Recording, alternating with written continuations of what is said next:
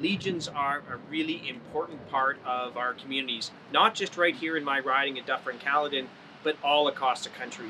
And in our smaller, rural, remote communities, they're not just a legion, they are a gathering place. They are a place for social activities. And what's happening to our legions across the country is tragic, and there's only one person to blame: Justin Trudeau and the Liberal government.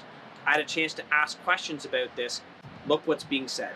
For the first time in our almost 100 years of existence in serving veterans in Canada, we faced a challenge of our individual and collective financial health brought about by the COVID-19 outbreak.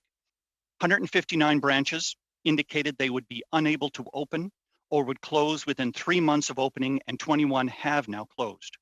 329 indicated they would open but would struggle financially. 254 branches did apply for existing relief programs. 186 received that assistance and 30 were declined. And with the resurgence of COVID-19 cases, it has brought further temporary branch closures and will bring added financial stress as branches try to persevere and overcome the losses from the first few months of the outbreak to prevent them from going over the financial cliff.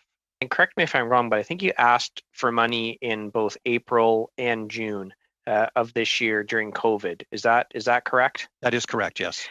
And if money had been flowing quickly after those requests for funds, I think what you're saying is that some of these 159 legions that look like they're going to close, at least some of them would have been saved and staved off closure.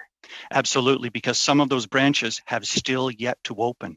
That it's financially not prudent for them to do so, or not able to do so because they could have a small restaurant, no patio. So therefore, to open up and to provide the funding and expenses that they would have to incur, it's just not viable for them to do so. So if funding had been provided earlier, there's a possibility, absolutely, that some of these branches would be in a better state today.